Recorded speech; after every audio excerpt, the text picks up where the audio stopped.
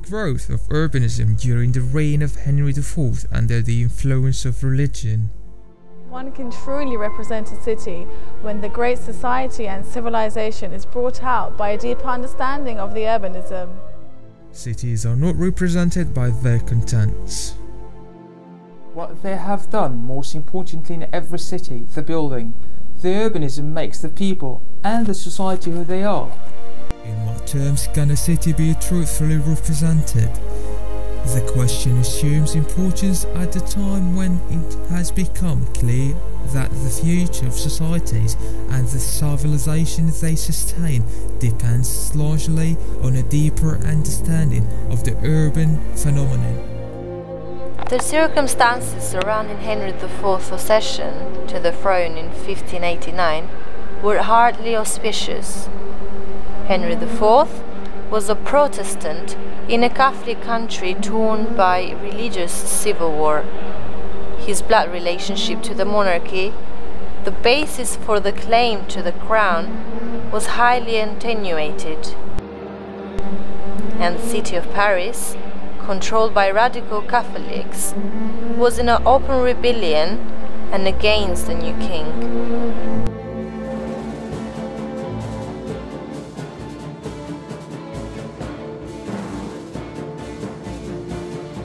Those bleak conditions in no way foreshadowed the reign that would, within a relatively brief period, end the war of religion that had racked France for most of the late 16th century.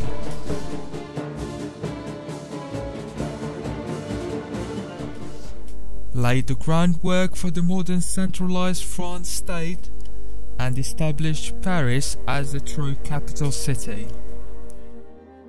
Henry IV had a vision linking Paris as a capital city to the emergence of a centralized national state. The king had no choice but to convert into a Catholic, and its radicals opened its doors to Paris. Its significance is a true revelation of the very strong influence of religious matter being the driving force of the state in politics and social-cultural environment of Paris. He played an essential role in the process that established Paris as the most powerful single symbol of France itself. The king, together with building places and flaunting his wealth, he also had to keep worshippers of the Catholic faith content by providing them with commodities, such as cathedrals where they could pray. But not only that, Catholics had realized by now that images played a very important role in developing the human mind. Therefore, they decorated their facades and halls to a maximum level, including incorporating dazzling paintings from a greatest architect from Renaissance, making them look godlike beings, and all this the king made it possible.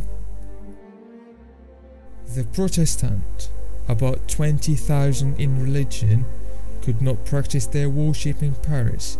Their church was at Grenay first, then at Aubin, and finally at Charenton in 1606.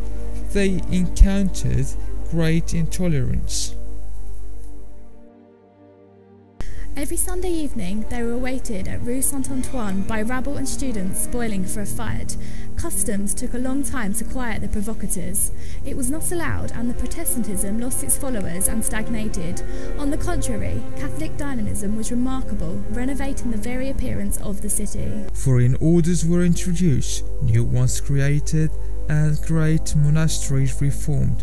From 1600 to 1639, 60 monasteries were founded, creating an entire religious district to add poor and convert people.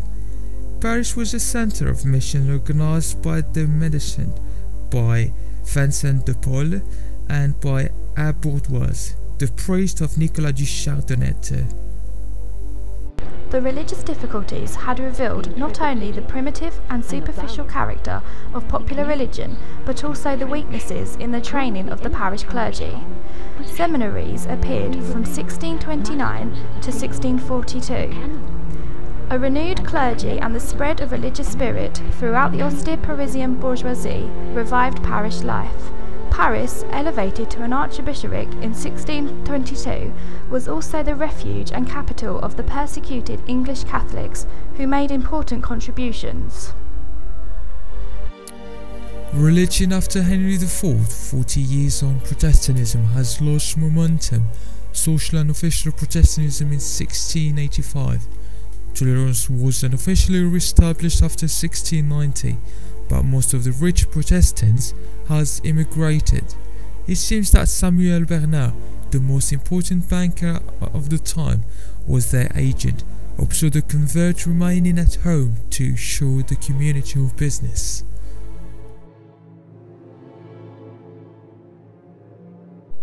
A general urban growth occurred from the end of the War of Religions until 1640, reflecting perhaps a population increase. At the same time, until about 1630s-40s, the economic situation improved. Paris experienced one of its greatest expansions. Its territory grew by 1/3. According to the figures of the times, its population was 200,000 in 1590 and 400,000 in 1637.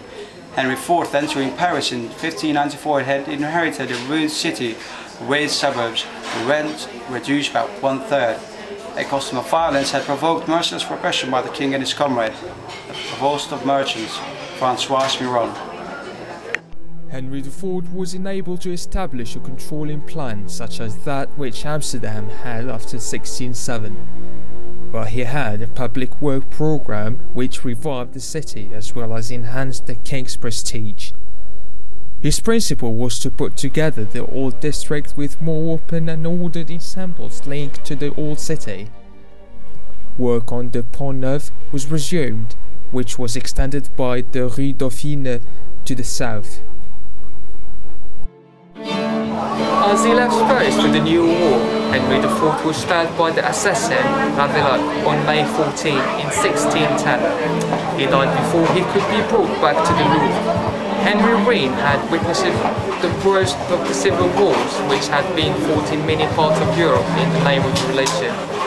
It had witnessed the immense threat of Spanish power as well as the fire of internal rebellion.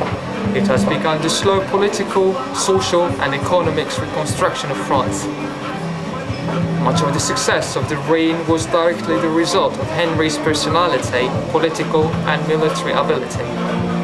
In an age when monarchy is no longer considered a viable form of government, it is well to be aware of a point in European history when a victory for absolute monarchy meant social and political reform on a scale that no other forms of government could provide, and meant too a victory for a monarch who was as personally appealing as any other figures in those 2 centuries of his life touched.